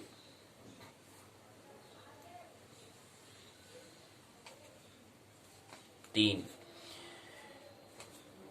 दूसरा खंड में आइए प्रवेश करें। दूसरे खंड में षोडश संस्कारों के नाम लिखिए। षोडश संस्कार कौन कौन से, उनके नाम बताइए। षोडश संस्कार में नाम बताने, पहला होता है गर्भाधान, दूसरा होता है पुंसवन, तीसरा होता है सीमोन्नयन, चौथा होता है जात कर्म, पांचवा होता है नामकरण, छठा होता है निष्क्रमण, सातवां होता है अन्नप्राशन, आठवां होता है चूड़ाकर्म अर्थात मुंडन, नौवां होता है विद्यारंभ, 10वां होता है कर्णवेद, 11वां होता है उपनयन या यज्ञोपवीत, 12वां होता है वेदारंभ, 13वां होता है समावर्तन, 14वां होता है विवाह, 15वां होता है केशांत, 16वां होता है अंत्येष्टि। तो 16 संस्कार ये नाम दिए हैं। तो यही प्रश्न पूछा था खंड दूसरे में लघु में उत्तरी प्रश्न पूछा है, षोडश संस्कारों के नाम लिखिए। तो ये 16 संस्कार हैं: गर्भाधान, पुंसवन, सीमोन्नयन, जात कर्म, नामकरण, निष्क्रमण, अन्नप्राशन, चूड़ाकर्म तथा मुंडन, विद्यारंभ, कर्णवेद, उपनयन, यज्ञोपवीत, वेदारंभ, समावर्तन, विवाह, केशांत, अंत्येष्टि। अब गर्भाधान क्या होता है? गर्भाधान जो है वो जो संस्कार है विवाह होने के बाद जब जीवात्मा का प्रवेश होता है गर्भ में, स्त्री के जो गर्भ है उसमें प्रवेश, जब जीवात्मा जब प्रवेश करती है तब जाके वो गर्भाधान तब से प्रारंभ हो जाता है। तब जब वो आत्मा का प्रवेश होता है उसको हम गर्भाधान कहते हैं, वही संस्कार है। दूसरा है पुंसवन। गर्भ में ही जब वह जो जीवात्मा फिर स्थूल शरीर बन रहा है, जब स्थूल शरीर 3 महीने का हो जाता है, उस समय का अवधि, उस जो 3 माह में जो होता है उसको पुंसवन कहते हैं। गर्भ में ही जो शिशु है उसका जो 3 माह में जब एक संस्कार जो हम करते हैं वो पुंसवन होता है। ये भी अंत गर्भ में स्थित होता है उसमें। तीसरा होता है सीमंतोन्नयन। 6, जब गर्भ में ही वही शिशु अगर 6 या 8 महीने का हो जाता है तो उसमें ये संस्कार किया जाता है। तीसरा। चौथा है जात कर्म, मतलब होता है जन्म के बाद शहद और घी को देना, माँ का दूध पिलाना। यही क्या संस्कार जन्म के बाद जब होता है उसको ही हम कहते हैं जात कर्म। चौथा संस्कार है पहला गर्भाधान, दूसरा पुंसवन, तीसरा सीमंतोन्नयन, चौथा जात कर्म, पांचवा नामकरण। नामकरण 10वें से 12वें कहते हैं कि मध्य में, बाकी वर्णों के आधार पर अलग होता है। किसी का ब्राह्मण है, क्षत्रिय है, वैश्य है, शूद्र के आधार पर अलग अलग होता है, लेकिन आमतौर पर 10-12 के मध्य में ब्राह्मण जो मानते हैं, ब्राह्मण जो उसका 10 से 12 दिन में होता है। छठा है निष्क्रमण। निष्क्रमण मतलब जब बच्चा जो है 4 महीने का हो जाता है तो बच्चों को बाहर लाके सूर्य चंद्र, बाहर के प्रकृति का सौंदर्य का उसको हम दर्शन कराते हैं। ज्योति जो है बाहर, उसका जो दर्शन कराने का जो संस्कार है उसको हम निष्क्रमण कहते हैं। छठा संस्कार है। 7वां संस्कार अन्नप्राशन है, यानी कि फिर अन्न मतलब अब दूध पर ही निर्भर नहीं रहना, आप खाना भी देना है, अन्न देना है। तो 7वें महीने में होता है ये संस्कार, 7वें नंबर का संस्कार है, 7वें महीने में होता है। 8वां है चूड़ाकर्म अर्थात मुंडन संस्कार। 1, 3 या 5 वर्ष, कोई भी एक वर्ष में कर सकते हैं। हमारी दृष्टि में 30 यानी कि 4वें वर्ष में हो जाना चाहिए। 9वां है विद्यारंभ। विद्यारंभ जो हम कह रहे हैं, तो 7वें वर्ष में ये प्रारंभ हो जाना चाहिए, यानी कि 9वां संस्कार है। 8वां मुंडन अर्थात चूड़ाकर्म हमने कहा, 8वां संस्कार। 9वां संस्कार है विद्यारंभ, 7वें वर्ष में। 10वां है कर्णवेद, 9वें वर्ष में कर्णवेद हो जाना चाहिए। 11वां है उपनयन यज्ञोपवीत संस्कार, 11वें वर्ष में हो जाना चाहिए। 12वां संस्कार है वेदारंभ, 15वें वर्ष में हो जाना चाहिए। 13वां जो है समावर्तन, 22वें वर्ष में। 14वां संस्कार विवाह है, 22 से 25वें वर्ष में हो जाना चाहिए। 15वां है केशांत, 28वें वर्ष में हो जाना चाहिए। अंत्येष्टि 70 वर्ष में। 60-70 वर्ष आप वो तो व्यक्ति बंधन वगैरह तो कब जिएगा, मृत्यु तो कोई निश्चित है नहीं, लेकिन जब भी अंत्येष्टि होगी तो श्राद्ध इत्यादि जो काम अंत्येष्टि या श्राद्ध जो होता है वो सब क्या अंत्येष्टि संस्कार आता है। लेकिन अब ये अंत्येष्टि जो हम कह रहे हैं, जो केशांत कह रहे हैं, उसके मध्य में क्या है, कुछ अंतराल अभी बहुत बढ़ चुका है। तो इसका कहने का मतलब उस अंतराल को मध्य में कुछ संस्कार और लाने हैं, तो इसलिए यहीं से एक नया सूत्र का जन्म होगा, 21x07 सूत्र। यानी कि जो 9वां सूत्र जो आएगा वो 9वां सूत्र आएगा 21x07, 21 संस्कार की ओर हम बात करेंगे। यहाँ पर षोडश संस्कार दिया हुआ है। जीवन को हमें अपने तरीके से जीना है, कोई अनिवार्यता नहीं है किसी के लिए नहीं, तो अपने दृष्टि का अपने जीवन के लिए हम एक सूत्र और बनाएंगे, इसको 21x07 जो संस्कार के आधा संस्कार को आधार में रखते हुए बनाया जाएगा। 21-07 तो जीवन को, क्योंकि हम केशांत का विवाह के बाद से अंत्येष्टि श्राद्ध के बीच में थोड़ा और समय है, तो उसको समय को भी और हम छोटा हिस्सा कर दें, उसको भी उस कालखंड में बांट दें। उसको बांटने के लिए हमें 16 तो ये हो जाएंगे, 17, 18, 19, 20, 21 इनके 5 और संस्कार को हमें जोड़ना होगा। तो 21 गुणा 21 संस्कार को 7 जोड़ों में हम रखने का प्रयास करेंगे। तो वो सूत्र, अगला सूत्र पर हम चर्चा 7 फरवरी को हम कर लेंगे। 6 फरवरी को हमारा परीक्षा एग्जाम होगा, तो उसमें बात नहीं कर पाएंगे, तो 7 फरवरी को हम उस पर चर्चा हम कर लेंगे। वही हम जो 7 सूत्र में दिए थे, इसके बाद 8 सूत्र एक बढ़ गया था, 9वां सूत्र ये 21-07 हो जाएगा। इसकी चर्चा हम 7 फरवरी को हम कर लेंगे। ये प्रश्न था कि 16 संस्कारों के नाम लिखिए। खंड दूसरे लघु का पहला प्रश्न। दूसरा प्रश्न पत्र है यात्रा में शकुन अपशकुन। जो हम यात्रा करते हैं, जब ट्रेवल करते हैं, उसमें शकुन और अपशकुन की क्या वैज्ञानिकता दृष्टि है, उसके क्या ढंग है, उसके क्या लक्षण हैं, उसके क्या संकेत जो हैं। शकुन मतलब होता है कि अनुकूल लक्षण, अनुकूल ढंग। अपशकुन होता है कि हमारे प्रतिकूल लक्षण, प्रतिकूल ढंग या संकेत। उसकी यात्रा करते समय क्या वैज्ञानिकता है, उसका ख्याल रखना हमारे लिए कितना महत्वपूर्ण है, ये प्रश्न पूछा है। इसकी वैज्ञानिकता, प्रमाणिकता क्या है, बताइए। यात्रा में शकुन और अपशकुन का यही वैज्ञानिकता है कि सबसे पहले महत्वपूर्ण में यह ख्याल रखना होता है कि हम क्या हैं, संयुक्त हैं, हम क्या हैं, जुड़े हुए हैं, हम जुड़े हुए हैं, सभी हम संयुक्त हैं। कोई भी अगर काम हम करेंगे तो उसका प्रभाव दूसरों पर भी पड़ता है। जब कोई दूसरा काम करता है तो हम पर भी प्रभाव करते हैं, हम एक दूसरे को प्रभावित करते हैं। तो इसी को दृष्टि के लिए शकुन अपशकुन का मतलब, इस पर हम तो व्यक्ति तो हैं, इसी क्रम में अगले फिर हम आगे जो ग्रह जो हैं, उपग्रह हैं, ये भी नक्षत्र जो ये इनका भी प्रभाव पड़ता है। पशु पक्षी इत्यादि, पेड़ जो हैं, पशु पक्षी इत्यादि जो भी हैं, चारों प्रकार के स्वेदज, उद्दज, अंडज, जरायुज, चारों प्रकार के जीव जंतु जो हैं, प्राणी जो हैं, उन सभी का प्रभाव एक दूसरे को हम करते हैं, एक दूसरे को प्रभावित हम करते हैं। यहाँ तक कि घास के तिनका भी हमें प्रभावित करता है। तो इसी को ख्याल तो रखते हुए कि हम सभी लोग क्या है, संयुक्त हैं, अनजान रास्ते से हम क्या है, जुड़े हुए हैं। इसीलिए यात्रा कर रहे हैं। यात्रा करने का मतलब हमारा कुछ न कुछ उद्देश्य होता है, पर्पस होता है। जीवन भी एक यात्रा है, क्योंकि ये भी पड़ाव है, यहाँ पे कुछ समय रहना है, ये भी एक यात्रा ही है। थोड़ा हम 50, 60, 70 वर्ष जी लेते हैं, लेकिन है ये भी एक है कि यात्रा है, ये भी एक पड़ाव में एक यात्रा हम कर रहे हैं। और इसी पड़ाव में जो हम यात्रा करते हैं, उसका भी हम जो हम यात्रा कर रहे हैं, उसका भी कुछ न कुछ हमारा कुछ न कुछ वहाँ जाने का उद्देश्य, कुछ न कुछ पर्पस, कुछ न कुछ कारण होता है। वो कार्य को सर्वविघ्न, बिना विघ्न के पूर्णतः हो क्या हो जाए, संपन्न हो जाए, इसी को ख्याल में रखने के लिए हमें शकुन अपशकुन का भी वही संकेत होता है कि ये काम जो कर रहे हो, ये संकेत आपके लिए शकुन आ रहा है तो इसका मतलब क्या है, और अपशकुन आ रहा है तो इसका मतलब संकेत जो मिल रहा है, ये संकेत जो आपका अनुकूल लक्षण बता रहा है, शकुन मिल रहा है तो ये आपका क्या है, काम सिद्ध होगा। इसमें उन्होंने आशीर्वाद रूप में दिया है कि आपका काम क्या होगा, संपन्न होगा, हम आपके साथ हैं। अपशकुन होगा तो हमारा स्वभाव के प्रतिकूल काम है, इस काम को मत करो, हम साथ आपके नहीं है। इसलिए हमें यात्रा में शकुन अपशकुन का हमारा यही वैज्ञानिकता दृष्टि है, यही वैज्ञानिक दृष्टि ही जीवन में महत्व है इसका, शकुन अपशकुन का। तीसरा अंतिम प्रश्न लघु का, शिलान्यास विधि का जीवन में क्या महत्व है। शिलान्यास होता है कि शिला को न्यास करना, शिला को हम भूमि में शिला न्यास हम करते हैं। विधि मतलब प्रभु का आभार प्रकट करना, एक पूजन होना, पूजन का हम करते हैं कि हम यहाँ पर भवन बना रहे हैं, इसमें कोई विघ्न न हो, इसमें कोई बाधाएं जो हो रही है उसका ख्याल, उसको शांति के लिए हम एक पूजा कराते हैं, उसको हम शिलान्यास विधि कहते हैं। भूमि उसका भी पूजन करते हैं, कहने का मतलब है प्रभु का स्मरण करते हैं। तो इस विधि को हम जीवन में यही महत्व है कि हम निरंतर हम क्या करना है, प्रभु का आभार। कोई भी काम ऐसा हो रहा है उसमें सर्वस्व पूरे समष्टि का क्या है, हाथ है, समष्टि की क्या है, साथ है। कोई भी काम अगर होता है तो उसमें समष्टि का ख्याल है। जैसे बुद्ध जो है, बुद्धत्व को जब प्राप्त हो जाते हैं, दोनों हाथ लेकर धन्यवाद करते हैं, आभार प्रकार, ग्रेटिट्यूड अभिवादन करते हैं।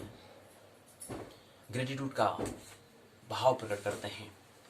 तो देवता ऊपर से आते हैं, कहानी है कि देवता आते हैं, आप किसको धन्यवाद कर रहे हैं?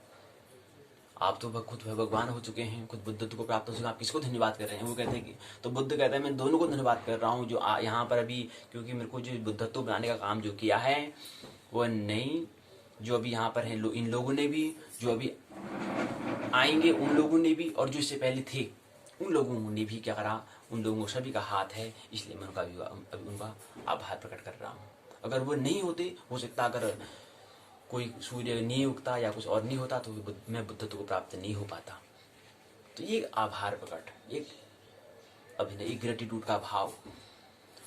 इसीलिए एक शिलान्यास विधि जो हम कर रहे हैं, विधि जो शिलान्यास की विधि जो है वो बना रहे हैं, उसमें वैज्ञानिकता देखनी की, इसमें देखना है कि जो शिलान्यास हम कर रहे हैं इसमें यहाँ पर ये घर हमारे लिए, ये स्थान जो सही है या नहीं, इन चीज़ों का या अगर हमारे अनुकूल बनाने के लिए उसमें कुछ विधि पूजन करें, इन चीज़ों को ख्याल में रखने के लिए विधि बनाते हैं। जो भवन बना रहे हैं वो भवन में कुछ कष्ट हष्ट तो नहीं होगा, इन चीज़ों का ख्याल के लिए हम एक पूजन करते हैं, शिलान्यास विधि करते हैं, वही जीवन में इसका महत्व है। तो यहीं पर क्या है, टेस्ट जो है वो पूर्ण होता है। षोडश संस्कारों के नाम लिखिए, षोडश संस्कारों के नाम लिखिए, एक अंक इसमें होगा। यात्रा में शगुन अपशगुन का क्या महत्व होता है, तो 5 अंक यहां पर होंगे 6 में से, यानी कि कहने का मतलब है 8 अंक, यानी कि 10 में से क्या है 8 अंक हम आपको देने का प्रयास करेंगे यहाँ पर। तो 10 पूर्णांक में से 8 अंक आपने अर्जित किए। अब यहाँ पर एक बात और समझ लेते हैं, हम विवाह के बारे में बात कर रहे थे, यहाँ पर इसी अंतर्गत हमने मुहूर्त के बारे में बात कर रहे थे। मुहूर्त को हम एक बार ले लें, उसके बाद फिर बात को हम पूर्ण कर देंगे। हमने कहा कि 30 मुहूर्त होते हैं, एक अहोरात्र में 1440 मिनट होते हैं, 24 घंटे में 24 गुणा 60, 24 जो है 24 घंटे होते हैं। एक घंटे में क्या होता है, एक घंटे में 60 मिनट होते हैं, 24 को 60 से गुणा करता हूं तो 1440 मिनट आते हैं। इसी क्रम में 30 मुहूर्त आते हैं, क्योंकि 30 को अगर मैं 48 से गुणा करता हूं तो भी 1440 मिनट आएगा, तो दोनों मिनट क्या हो गए, बराबर हो चुके हैं। तो इसलिए हम कह सकते हैं कि 24 घंटे बराबर 30 मुहूर्त, और एक मुहूर्त जो होता है वह 2 घड़ी के बराबर होता है। जब एक मुहूर्त जो है 2 घड़ी के बराबर होता है तो 30 को अगर मैं 2 से गुणा, अर्थात 30 जो मुहूर्त है उसको मैं 2 से अगर गुणा कर दूं, 2 गुना अगर कर दूं, अर्थात मैं 30 मुहूर्तों को मैं 2 बार जोड़ दूं, 30 मुहूर्तों को मैं प्रत्येक मुहूर्त को 2 बार जोड़ूं तो क्या बनते हैं, 60 घड़ी बनता है। 60 घड़ी, तो इसलिए हम कहेंगे कि 24 घंटे में 60 घड़ी होती है या घटी होती है, हम कहते हैं। तो ये कहेंगे एक अहोरात्र में 60 घटी होती है या 30 मुहूर्त होते हैं, ये हम कह सकते हैं। अब मुहूर्त भी कह रहे हैं, फिर मुहूर्त का तो 48 मिनट का होता है, फिर आगे वेला होता है 1.5 घंटे का होता है, 1.5 घंटे के बाद फिर अगला फिर आता हमारा वेला हो चुकी है, फिर प्रहर होता है 3 घंटे का होता है। फिर हमने कहा कि दिन को भी हमने 3 घंटे में, रात को भी 3 भाग करे हैं, प्रातः होता है, सुबह होता है, दोपहर होता है, दिन को बांटा, ऐसे रात को हमने सायं बांटा, शाम बांटा और रात्रि में बांटा उसको हमने, तो इस दिन रात को हमने बांट दिया। तो सायं हुआ, शाम हुआ, रात्रि हुआ, इसको हमने रात को बांट दिया, और दिन को हमने प्रातः, सुबह, दोपहर को हमने दिन को बांट दिया। तो दिन और रात को हमने 3 दिन निश्चय कर दिए, तो ये हमने निश्चय करी, तो 4 घंटे के ये हो गए। और प्रहर हमने कहा 3 घंटे का प्रहर होता है, यानी कि 8 प्रहर में बांटा, 3 घंटे का एक घंटा, एक प्रहर जो होता है 3 घंटे का होता है, अर्थात 4 प्रहर एक दिन में, 4 प्रहर एक रात में होते हैं, तो 4 दूना 8, यानी कि 8 प्रहर, और एक प्रहर 3 घंटे का होता है तो 8 3 24 घंटे, ऐसे हुआ। 30 मुहूर्त करा तो एक मुहूर्त 48 मिनट का होता है, तो 30 को अगर हम 48 से करते हैं तो भी 30 मुहूर्त आता है, यानी कि 2 घड़ी के बराबर होता है। और 24 घंटे में कितनी घड़ी, 60 घड़ी होता है, क्योंकि एक घड़ी का मान 24 मिनट का एक घड़ी होती है, और 2 घड़ी के बराबर मान मुहूर्त, 2 घड़ी के मान के बराबर क्या होता है, मुहूर्त होता है। कहने का मतलब है मुहूर्त से भी छोटा क्या होता है, घड़ी होती है 24 मिनट की होती है, यानी कि आधे घंटे से 6 मिनट कम है तो उसको घड़ी कहेंगे 24 मिनट की। तो मुहूर्त से छोटा क्या होता है, घड़ी होती है। 2 घड़ी के योग के मान के बाद 2 घड़ी का योग अगर करेंगे तो मुहूर्त बनता है। फिर इसी क्रम में हमने कहा कि दिन और रात को हमने बांट दिया 3 दिन हिस्से में। फिर इसी क्रम में अगले क्रम में फिर आता है, फिर पक्ष आता है, फिर मास, फिर वर्ष, फिर अयन, फिर ऋतु 2 महीने की होगी तो ऋतु हो जाएंगी, फिर अयन 6 महीने का हो जाएगा तो अयन हो जाएगा, फिर गोलार्ध, गोल होता है 6 महीने का गोलार्ध होता है। तो इस प्रकार से हम क्या है समय की बात करते हैं। तो ये क्रम होता है, हमें ख्याल रही। वेला 1.5 घंटे का हो गया। तो यहाँ पर शुभ मुहूर्त हमने कहा, मुहूर्त का प्रारंभ हमने कहा कि 30 मुहूर्त होते हैं। पहला मुहूर्त जो होता है प्रारंभ हो जाता है। अब 30 मुहूर्त को क्रम से हम लें। पहला मुहूर्त होता है, पहले मुहूर्त का समय हम क्योंकि 6 बजे से प्रारंभ करते हैं। 6 से 6:48 में पहला मुहूर्त, दूसरा मुहूर्त 6:48 से 7 बजे पहला मुहूर्त 6 से 6:48 तक पहला, दूसरा 6:48 से 7:36 तक, तीसरा 7:36 से 8:24 तक, चौथा 8:24 से 9:12 तक, पांचवा 9:12 से 10 बजे तक, छठा 10 बजे से 10:48 तक, सातवां 10:48 से 11:36 तक, आठवां 11:36 से 12:24 तक, नौवां मुहूर्त 12:24 से 1:12 तक, नौवां, 10वां 1:12 से 2 बजे तक, 11वां 2 बजे से 2:48 तक, 11वां, 12वां 2:48 से 3:36 तक, 13वां 3:36 से 4:24 तक, 14वां 4:24 से 5:12 तक, 15वां 5:12 से 6 बजे तक, शाम के 6 बजे तक, 16वां 6 से लेकर के 6:48 तक 16वां मुहूर्त, 17वां मुहूर्त 6:48 से 7:26 तक, 6:48 से लेकर के 7:36 तक, 18वां मुहूर्त होता है 7:36 से 8:24 तक, 19वां होता है 8:24 से 9:12 तक, 20वां होता है 9:12 से 10 बजे तक, 21वां मुहूर्त होता है 10 बजे से लेकर के 10:48 तक, 22वां आता है 10:48 से 11:36 तक, 22वां मुहूर्त है 23वां 11:36 से 12:24 तक, 24वां 12:24 से 1:12 तक, 25वां 1:12 से 2 बजे तक, 26वां 2 बजे से लेकर के 2:48 तक, 26वां, 27वां 2:48 से 3:36 तक, 27वां, 28वां 3:36 से 4:24 तक, 29वां 4:24 से 5:12 तक, 30वां 5:12 से 6 बजे तक। ये मुहूर्त क्या है? 30वां मुहूर्त होता है। तो 6 बजे तक हमने ये रखा। एक मुहूर्त 48 मिनट का होता है और उसका मुहूर्त का आधा क्या होता है? घड़ी होता है जो 24 मिनट की होती है और 24 दुगना मुहूर्त होता है। तो ये हमने देखा और हमने कहा कि जो ब्रह्म मुहूर्त जो है, अब थोड़ा सा हम समय को थोड़ा हम यहाँ पे देखेंगे कि ब्रह्म मुहूर्त का समय क्या है? 3:40 से 4 बजे तक होता है। अब यहाँ पर जो हमने समय का कालखंड जो विभाजन किया है उसके विभाजन में थोड़ा भिन्नता आ रही है, क्योंकि हमने कहा जो ब्रह्म मुहूर्त जो है वो 3:40 से होना चाहिए, 3:40 से, यानी कि यहाँ पर 3:36 से प्रारंभ हो जाता है ब्रह्म मुहूर्त, 4:24 तक रहता है।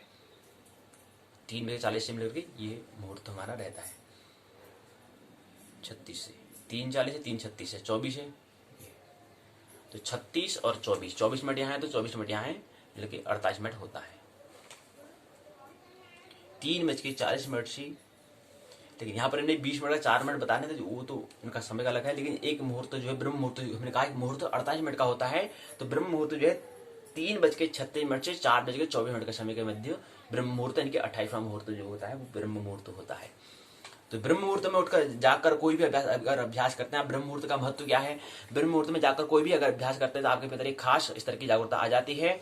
अगर ब्रह्म मुहूर्त में जाकर कोई भी अभ्यास करते हैं तो प्राण चेतना उसे निहाल कर देती है। समझना यह है कि ब्रह्म मुहूर्त का समय होता कब है? सूर्य ठीक सिर पर होने का मतलब उस वक्त वह आपके सिर पर लंबवत है, उस समय खास तरह की चेतना सक्रिय रहती है। यह समय सुबह 3:36 से लेकर के 4:24 के मध्य, अर्थात एक मुहूर्त 48 मिनट का होता है। तो 3:36 का जो समय है से लेकर 4:24 का जो मध्य, जो 48 मिनट का जो समय है, ये ब्रह्म मुहूर्त का समय होता है। इस समय में क्या करते हैं, ज्यादा फर्क नहीं करना, वही चाहिए जिससे आपको दीक्षित किया गया है। अगर आपकी चेतना में एक जीवंत बीज पड़ चुका हो और आप ब्रह्म मुहूर्त में जाकर कोई भी अभ्यास करते हैं तो यह बीज आपको सबसे ज्यादा फल देता है, क्योंकि इस समय धरती और धरती का और आपका सामंजस्य बैठता है। अगर उस समय आप अभ्यास करते हैं तो आपके भीतर एक खास इस तरह की जागरूकता आ जाती है, फिर इस समय का सहज एहसास हो जाता है। यही वक्त अगर सोने में अगर चले जाएं तो उठने के लिए घड़ी देखकर की जरूरत हमें नहीं पड़ती। अगर सही समय अगर हम सोने जाते हैं तो उसमें हमें घड़ी के अलार्म भरने की कोई आवश्यकता नहीं होती, क्योंकि हमारे सबसे बड़ी अलार्म तो हमारी अंदर की जो हमारी जो श्वास है वही अचेतन मन अगर हम बात अगर भेज देंगे तो हम फिर बिना घड़ी के भी हम उठ सकते हैं। ठीक समय में हमारा शरीर हमको उठा देगा अगर शरीर को हम आज्ञा दें तो उठने के लिए घड़ी की देखने की हमें आवश्यकता नहीं पड़ती है। घड़ी का अगर अलार्म भरता है उसको बंद कर देते हैं, छोड़ो फिर सो जाते हैं आराम से।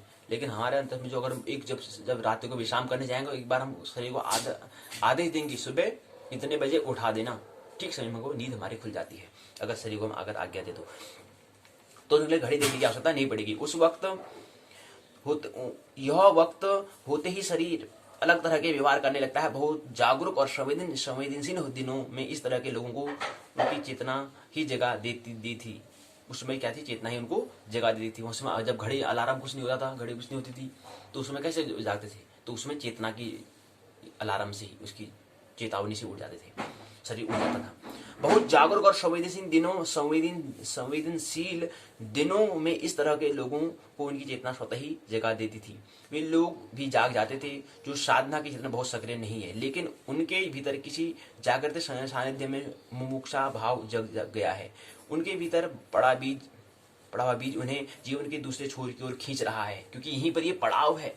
इसलिए तो मैं कह रहे हैं कि सो ही रहोगे तो पड़ाव से आगे कब जाओगे, फिर इस पड़ाव से भी आगे जाना है, यात्रा करनी है, ट्रैवल करना है। तो इसलिए अंदर चेतना कहते उठो भाई उठो, काम में लगो, विकास को प्राप्त नहीं करना है, विकसित नहीं होना है, यही रहना है, कि और जगह नहीं जाना है। फिर इस पड़ाव से आगे दूसरे पड़ाव को नहीं जाना है, यात्रा नहीं करनी है। तो वैसे चेतना से ऐसी अलार्म सूचना हमें मिलती है, ऐसी में कॉल हमें मिलती है, आवाज आती है।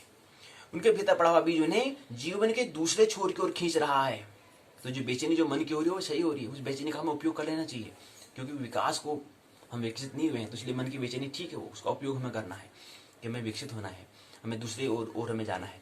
यह उनकी और प्रकृति दोनों के लिए संध्या का समय होता है। संध्या का मतलब होता है दो क्षणों के मध्य का जो समय जो है उसको संध्या हम कहते हैं।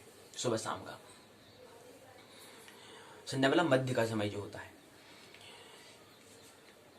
प्रकृति दोनों के लिए संध्या का समय होता है। यह समय उसके जीवन में असाधारण परिवर्तन ला सकता है। संध्या का मतलब होता है संक्रमण या एक स्थिति दूसरी स्थिति में जाना, यानी कि संध्या का मतलब होता है कि एक स्थिति और दो स्थिति के मध्य का जो समय है, यानी कि दो सिचुएशन के मध्य का जो समय जो है, जैसे हमारा चेतन और अचेतन के मध्य का जो समय, जो हमारे बीच में जो द्वंद्व का जो समय होता है उसको हम कहते हैं।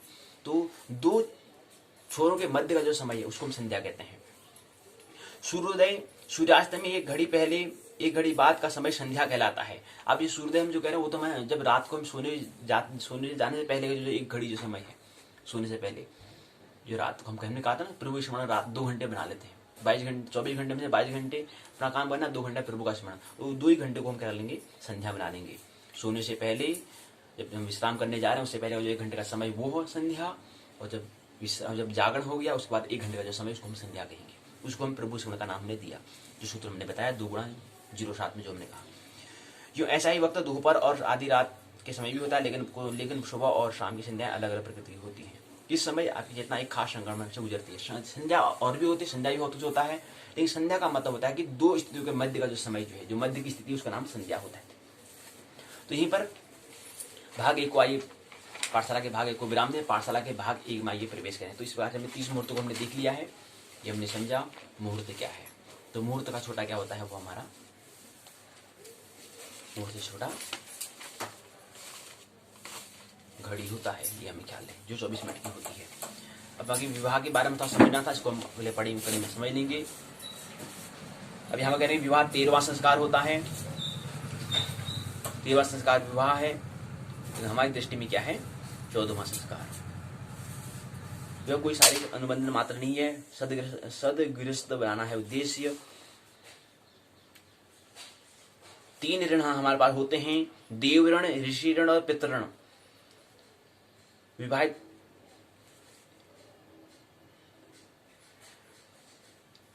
तो 3 ऋणों को हमें उऋण कैसे होना है, 3 ऋण हमारे पास होते हैं, देव ऋण, आचार्य ऋण और पितृ ऋण।